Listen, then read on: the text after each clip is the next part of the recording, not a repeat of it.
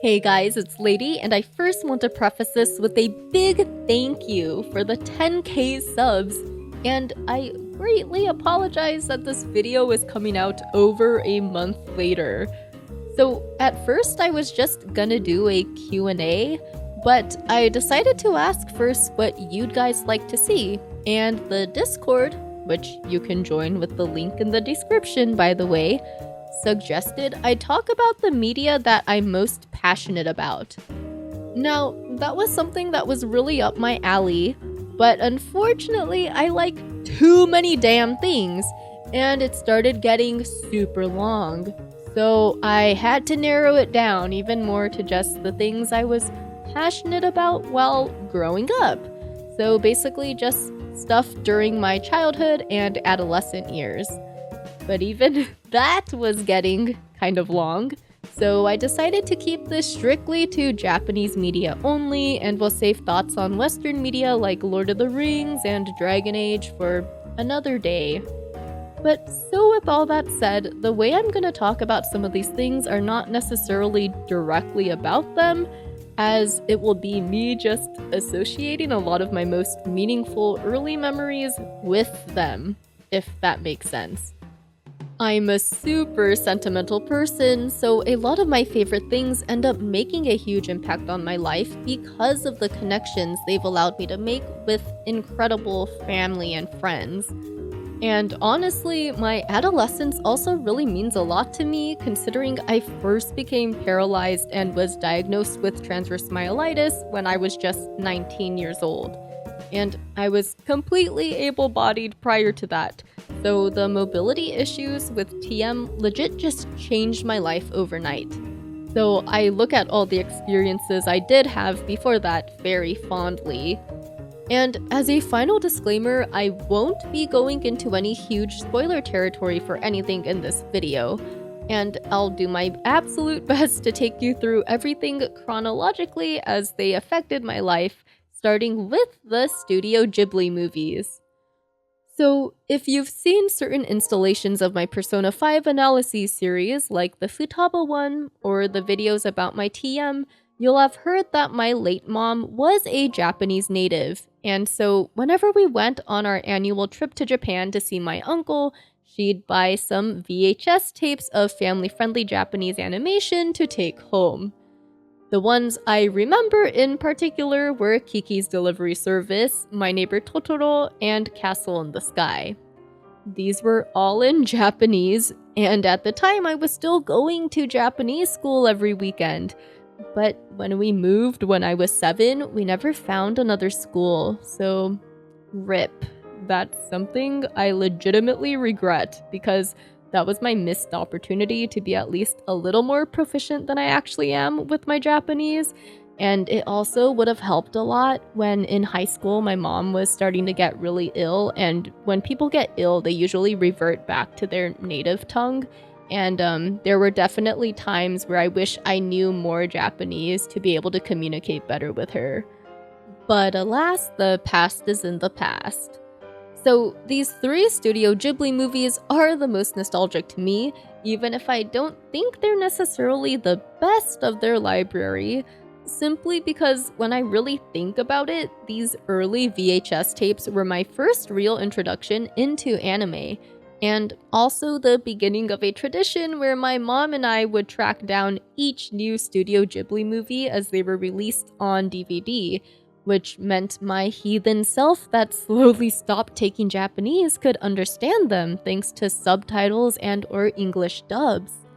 My dad even joined us to watch stuff like Spirited Away, Princess Mononoke, and Porco Rosso, which was huge since he's normally not into Japanese animated stuff. And just overall, it made for a ton of wholesome family bonding back then. Now, Castle in the Sky I do want to backtrack to really quickly because it very much pertains to the Trail series. So I've watched it probably 30 times at least over my entire life, so you can bet I noticed the huge amount of influence Sky FC and SC took from the setting, character archetypes, and themes of this movie. And I'm aware that tons of Japanese media was also inspired by Castle in the Sky, especially steampunk settings like the Final Fantasy games, but I feel like Falcom really nailed another aspect of it which isn't always looked at, and that's the slice of life feel too. I plan to do a quick video on this movie and how it pertains to the Sky arc someday soon, but until then, I just wanted to take whatever time possible to shill this movie to the Sky fans. Anyway, to this day, I really appreciate how Hayao Miyazaki in particular approached this family-friendly content. Like, he crafted very three-dimensional antagonists and/or subtly fleshed out characters and themes, all which seemed like a stark contrast to the ride-on-the-head techniques most Disney children's films were doing. Or, in other words, he didn't treat young children like they were dumb, you know? Like, I feel like he respected that even children would understand these situations not as black and white, but shades of gray. Though speaking of the contrast with Disney movies, you know what's kind of funny? Disney is the one that's responsible for bringing the vast amount of Studio Ghibli films to the West, so I must thank them for that. And I also would like to attribute Miyazaki's storytelling to the shaping of my own taste in media and my personal worldview, even if the kid me at the time would have been clueless as to this influence. But yeah, going back to sentimental memories, it was a really good thing that my fam collected all these movies because growing up, my parents hosted bi-weekly Bible studies for the adults living in the area who went to our church. So while our parents were doing that, all of us kiddos would watch these movies upstairs and/or play GameCube games. It was just great how we were all of similar ages, or well, some of the kids definitely aged out over time since they were already entering high school, but as for their younger siblings, they were all either the same age as me or only 1 or 2 years older or younger. So even though I was an only child, I was blessed by these friendships. Plus, what I viewed as the biggest blessing was that most of us got along really well. But speaking of video games during my childhood, the GameCube is probably the console I view with the most nostalgia. And Smash Melee and Mario Kart Double Dash were the top 2 games that all of us kiddos played while all the adults were having Bible study downstairs. I was a Fox main in Melee, but let me tell you, I kinda suck at fighting games. But damn, was it just fun to play in person together. Like, I legit feel a lot of the charm has been lost in getting matched up with a bunch of randos in online multiplayer settings than back when the only option was remote play, you know? Like, I get that's kind of a privilege in its own right, since you need IRL friends in the first place to do that. But yeah, this is one of my boomer back in my day moments showing. I just have a lot of nostalgia for those days where I'd go over to my friend's house or they would come to mine and we would get to physically talk in real time together while playing these games. Mario Kart was such a fun game too, whether multiplayer or not. And my favorite maps off the top of my head were DK Mountain, Yoshi Circuit, and out of all the Rainbow Roads I've played ever, I still think the GameCube version had the best iteration of it. That Wario track was also really fun and had a great backing OST. And I can't quite remember if it was called Wario Circuit or Colosseum, but speaking of Colosseums, one of my favorite single-player games on the GameCube was Pokemon Colosseum. And actually, I would say it's my favorite Pokemon game of all time, aside from Pokemon Emerald. Colosseum's complete emphasis on double battles required actual strategy, and on top of that, there were only a limited pool of Pokemon you could build a team with since there were no wild Pokemon, but only certain ones that you could snag from other trainers. This was a super punishing game for a young kid like me, but it was honestly this game and Emerald's endgame too that taught me the value of perseverance and how it's okay to have to retry and reset. So in my first playthrough of Colosseum, I actually got stuck in that final tower where I just couldn't beat all 4 trainers and the final baddie all in a row.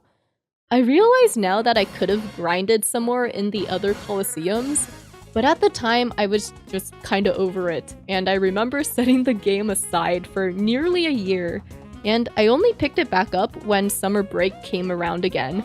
And at that point, I had the time to just restart the entire game with the right mentality from the get-go, meaning working on snagging a good variety of Pokemon, purifying them, and raising an actually balanced team.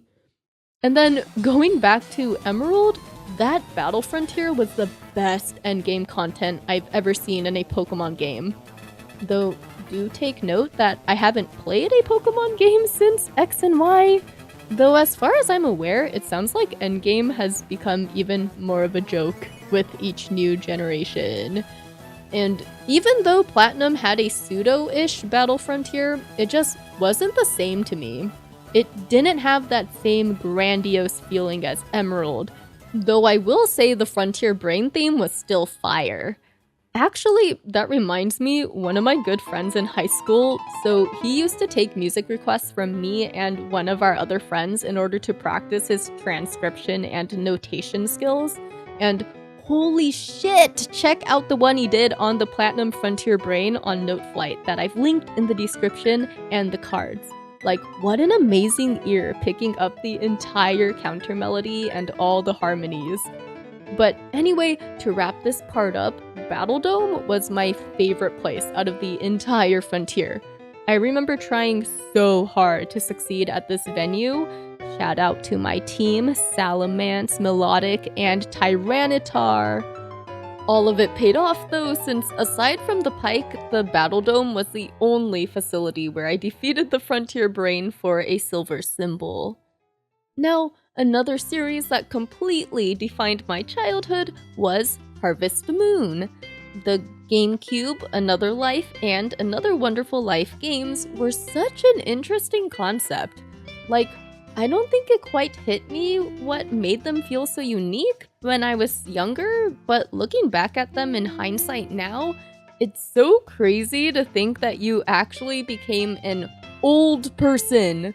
Like, your character would actually age multiple generations! NANI?! But also, I found this such a depressing commentary back then too, cause like, oh man, your game, aka your life, is completely over if you don't get married after the first year, am I right? Yeah guys, you legit get a game over if you don't get married after the first year in both of those games.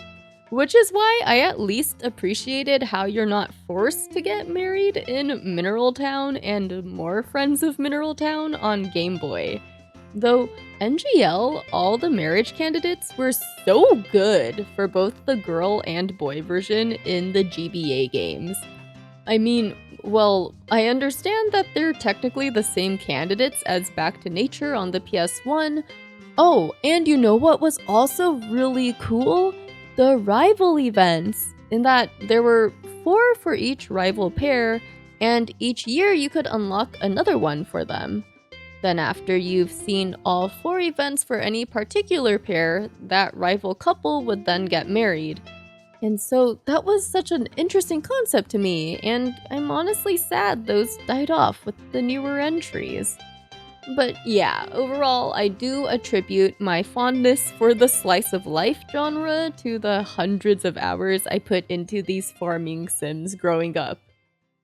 Now, the final games I want to highlight in this section are the GBA and DS remakes of early Final Fantasy games. I actually never finished FF5. Whoopsie. But 6 and 4 were so enjoyable on GBA.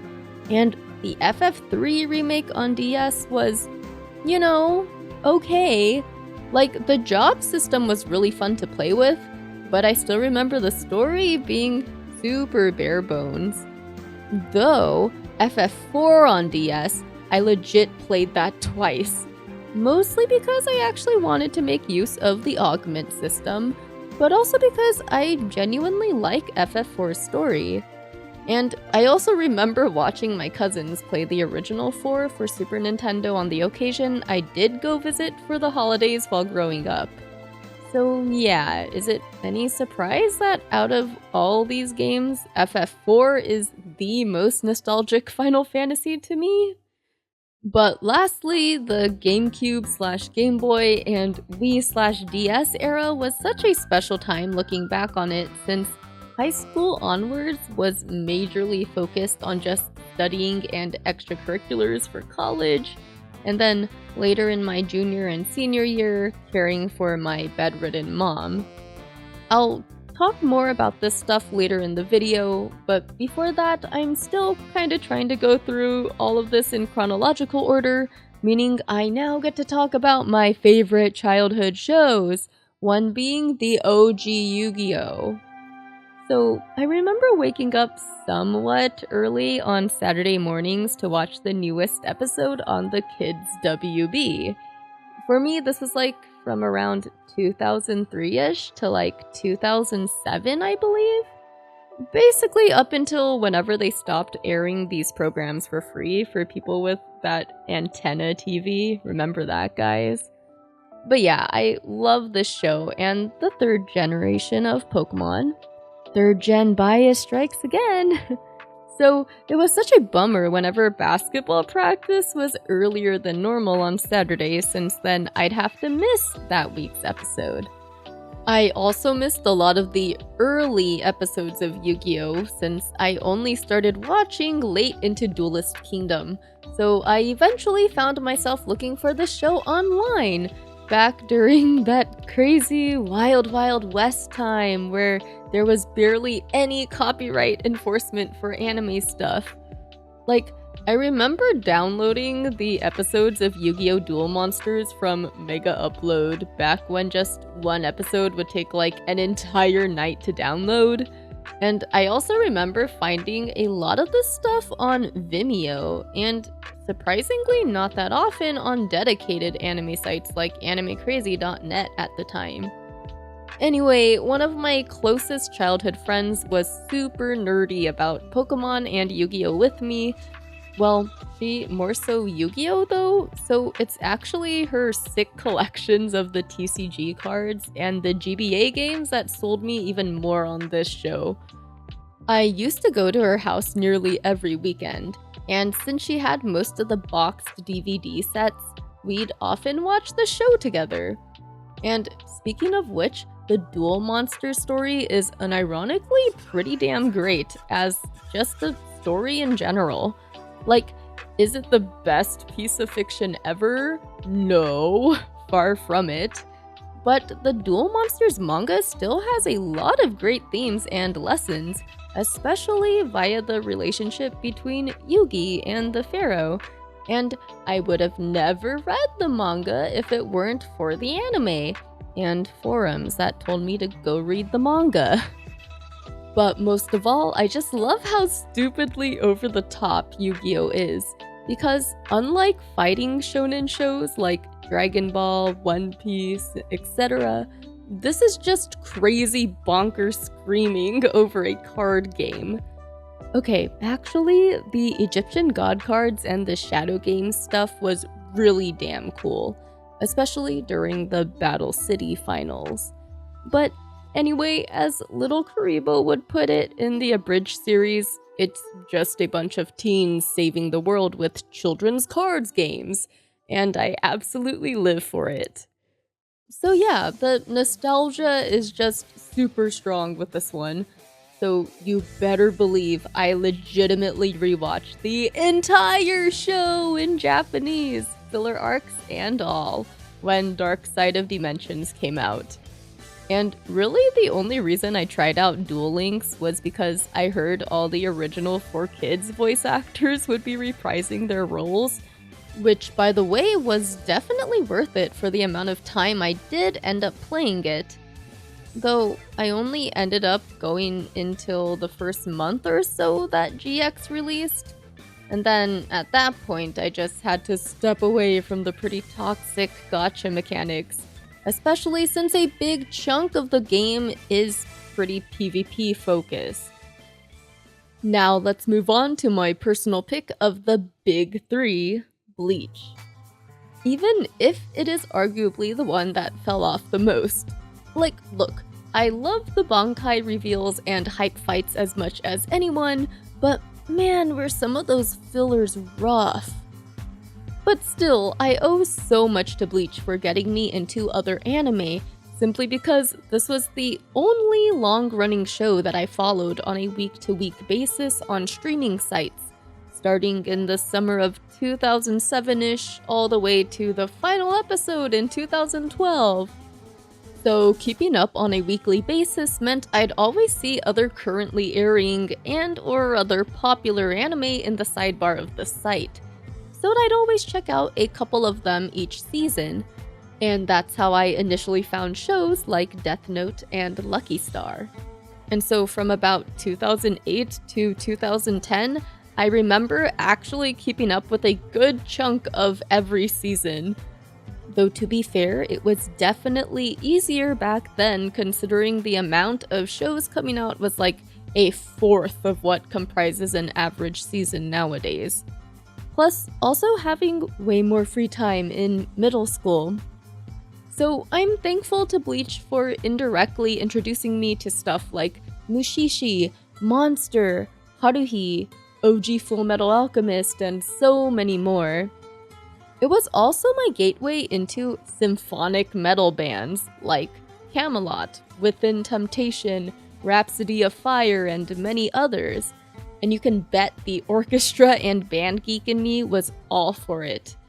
And this was all because so many people were making and uploading AMVs of Bleach to YouTube. And for those of you who may not know, AMV stands for Anime Music Video. But yeah, so I've memorized all the fights from the Soul Society arc because there were just so many AMVs on it, though most were pretty shit. And yeah, it was crazy how there was like no copyright enforcement for those first couple years, so some people would legit not even edit scenes at all, but would just slap on some sick song to the entire Ichigo and Zenpachi fight, or the one against Byakuya, only just sped up. But speaking of good music, Bleach always had such banger tracks in general, like both the actual OST and the openings and endings. It's so hard to choose a fave, but I'd have to go with After Dark for best opening and Orange for best ending. But you're free to tell me how wrong I am and which ones are the actual best in the comments. So speaking of shows that I was introduced to at the time, Higurashi also came into my life during my middle school years. Yes, I was legit only 12 years old when I took the plunge and watched this. But hear me out, you know how kids start wanting to explore the unknown during adolescence? And no, I'm not referring to the cultured kind in this instance. Actually, to be honest, finding out I'm ace later in life makes a lot of my adolescence start to make sense. But I absolutely still respect the culture, and most of you know that I not only ship things, but oftentimes I even cruise them. But yeah, sorry, back on topic. I'm actually talking about how some of my friends were getting into horror movies at the time. But me being me, live action stuff when it comes to horror is just way too much.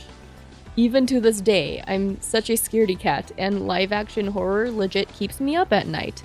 But I find that anime is a degree removed, what with it being 2D. So shows like Higurashi were fair game. Though there's another added layer why Higurashi would become so nostalgic for me too, and that's because it was the main show that me and one of my best friends were into during the final vacation my mom was able to go on prior to her health beginning to take a turn for the worse. You see, my parents and I would go on vacation to the same place every summer, and the one between 8th and 9th grade for me was the first time my friend A was able to come with us. So my mom was such a saint and really busted out her culinary chops during that trip. and so I fondly remember munching on the best Japanese snacks and food while getting my friend into Higurashi. Now, it's still a wonder to me how we were able to stomach my mom's delicious mini egg salad sandos, which is what we call those tiny sandwiches.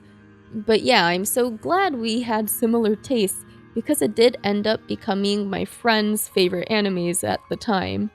And so I introduced her to Higurashi, and she introduced me to Bakuno, another anime I highly recommend, especially since it's only one cour, so it's easy to get into. But yeah, Higurashi's huge emphasis on friendship and trusting your friends would go on to be what I needed in the years that would eventually come, since I'll never ever forget all the love, help, and support I was so blessed to receive from friends during the final years of my mom's life.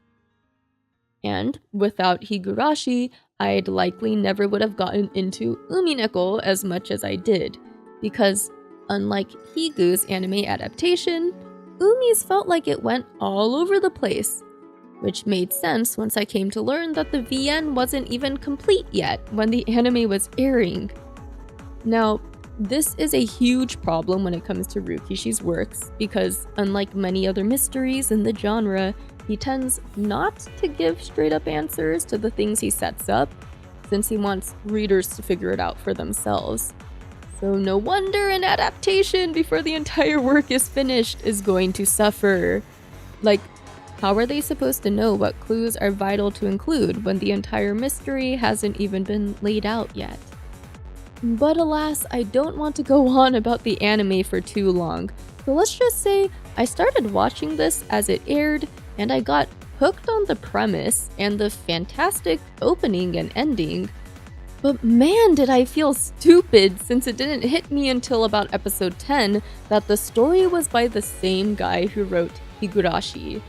Like, I should have known that the no Naku Koro ni was related. But anyway, after that, I immediately went searching for a better understanding of the question arcs, as well as how to get my hands on the answer arcs that were already out. But the difficult thing then was getting the VNs at all, let alone any kind of translation, since there was just no localized way to get it back in 2009. Though honestly, I think this difficulty is one of the main reasons why this piece of media has stuck with me so much over the years. And that's because of the cherished friendships I'd go on to make with people in my favorite MMO back then. All because I successfully got a couple guildmates into Umi with me. And so, just a heads up, my recollection of things for the next couple minutes is gonna be kinda all over the place, because I'm not really sure the best way to describe this than just doing it all as one combined memory dump. So I played Trickster Online, a free-to-play Korean MMO, pretty much from late 2008 to 2012. And I was pretty close to my guildmates at the time. They already knew I was into Higu, so when I asked around if anyone knew about fan translations for Umineko, one of my friends, who was a Japanese speaker living in Hong Kong, said he'd be willing to check it out and maybe translate it for the guild if he liked it. Right at the same time, I was getting to know the guildmaster of one of the other guilds, since she was one of the only other players of the duelist class that I've come across, which was the same as my new mains.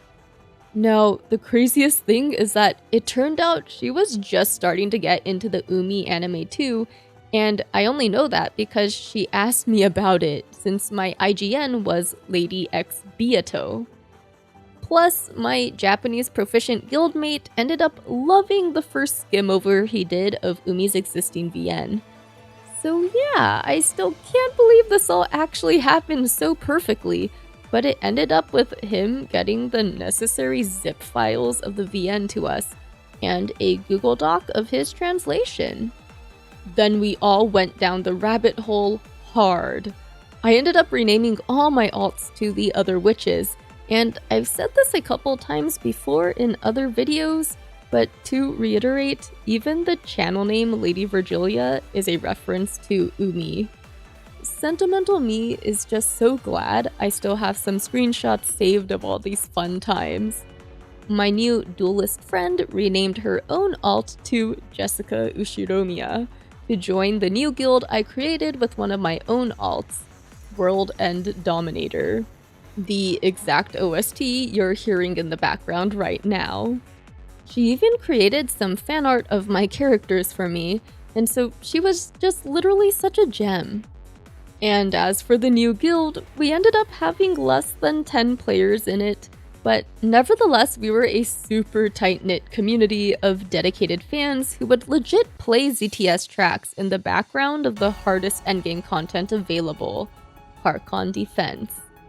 Mirage Coordinator was our absolute favorite banger to play, and we had a pretty good run for about a year until, at last, I had to take a step back in 2012 once school really started ramping up. Unfortunately, I never got much chance to connect with them in-game again. It was only when I heard TO was shutting down in February of 2013 that I logged on every day in that last week just to say goodbye to the game, the people, and all the memories. But as for the guildmates and friends I was closest to, I had actually already befriended them on real-life social media. Yeah, you guessed it. Facebook, even though I don't use it anymore. So I'll still never forget how a handful of them reached out to me personally once they learned about my full body paralysis and bout with transverse myelitis. This is why I'm a firm believer that online friends can be just as real as IRL friends, and that sometimes even IRL friends you'll learn were never really your friends in the first place. Seriously, some online friends that I hadn't properly talked to for years at that point offered more support and encouragement for the next year and a half than friends I spent hundreds of IRL hours with in college. So yes, I can say I was ditched by some people.